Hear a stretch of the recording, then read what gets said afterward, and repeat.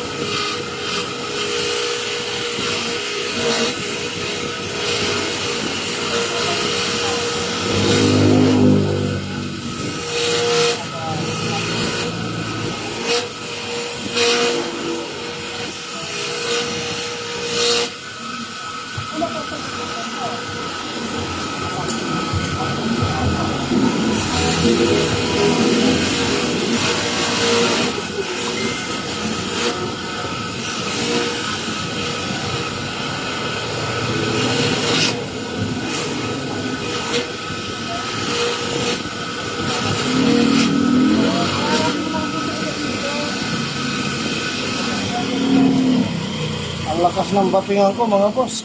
Kahit buong katawan ko na ang pinandidiin ko, hindi matinag.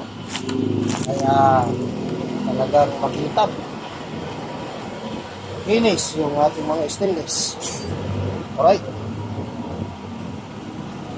Iwasan natin para makumpleto na yung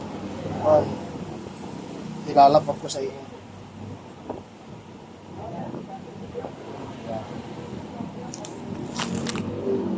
Ito na. Malinis na lahat yung ating side stand and center stand. Gabi. Ayan. Oh. Ang kapal po ng flat bar mga boss ay 4mm po yan. Ayan po. Bali ang ginagawa ko dyan, nililinis ko po maigi yung harap. Then yung nasa likod, dahil hindi naman makikita yan, ay hindi ko na binabawasan yung pagka welding niya dahil dagdag tibay din po yan. Dahil ganito po yung forma niya pagka nakasalpag. Yan. Ayos po ba mga boss? At solid na shafting po ito. Ito naman yung center stand. Yung pinaka sapatos niya sa ilalim ay 4mm din po yan. At pati yung mga bracket niya dito sa may side by side ay 4mm din ang kapal.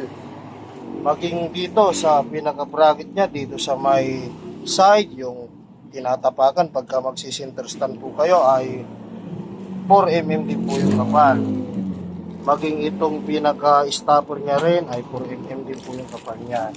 Kaya may tibay na ho siya.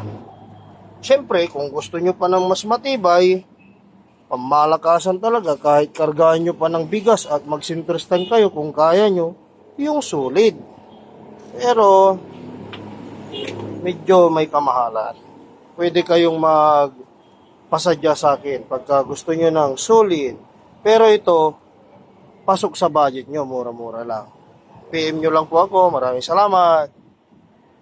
Ride safe. Para po pala yan mga busing sa 1 NMAX version 2. Alright.